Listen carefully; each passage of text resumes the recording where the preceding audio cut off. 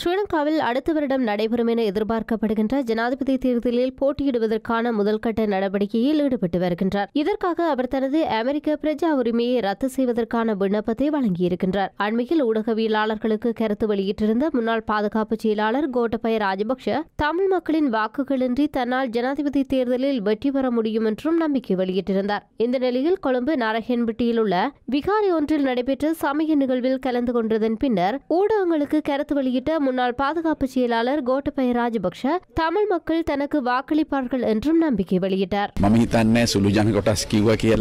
தமிழ் மக்கள் என்றாலும் தற்போதுள்ள சூழ்நிலையை அவர்களால் புரிந்து கொள்ள முடியாமல் இருக்கும் என்று நான் நினைக்கவில்லை. இந்த நிலைமையிலிருந்து மீண்டு வருவதற்கே அவர்களும் எதிர்பார்க்கின்றார்கள். அதற்கான ஒரே வழி நான் மட்டுமே. ஸ்ரீலங்கா பொதுஜன முன்னணியின் அரசியல் அடித்தளத்தை கொண்டு தேர்தலுக்கான விடயங்களை செய்து வருகின்றேன்.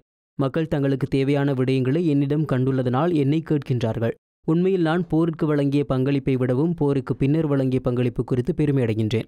விசேடமாக வடக்கு கிழக்கு பகுதிகளில் வாழ்கின்ற மக்களின் வாழ்க்கை தரத்தை மீள வழங்கியமை, தமிழீழ விடுதலை புலிகளின் உறுப்பினர்களது புனர்வாழ்வு தொடக்கம் மாகாண சபை தேர்தலை முதற் தடவையாக வடக்கில் நடத்துவதற்கான சந்தர்ப்பத்தை ஏற்படுத்தி கொடுத்ததோடு ஜனநாயக உரிமையை அவர்களுக்கு அளித்தமை, நகர அபிவிருத்தி அமைச்சின் செயலாளர் என்ற வகையில் ஆசியாவிலேயே மிக வேகமாக அபிவிருத்தி அடைந்து வரும் நகரமாக கொழும்பு நகரை மாற்றியமை ஆகிய விடயங்களில் எனது பணிகளில் உள்ள திறமையை மக்கள் கண்டார்கள்.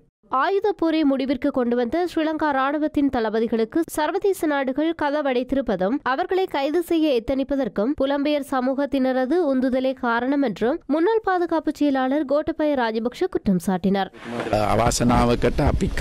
நாங்கள் செய்த செயற்பாடுகள் தொடர்பாக சர்வதேசத்துக்கு சரியான முறையில் தெளிவுபடுத்தவில்லை.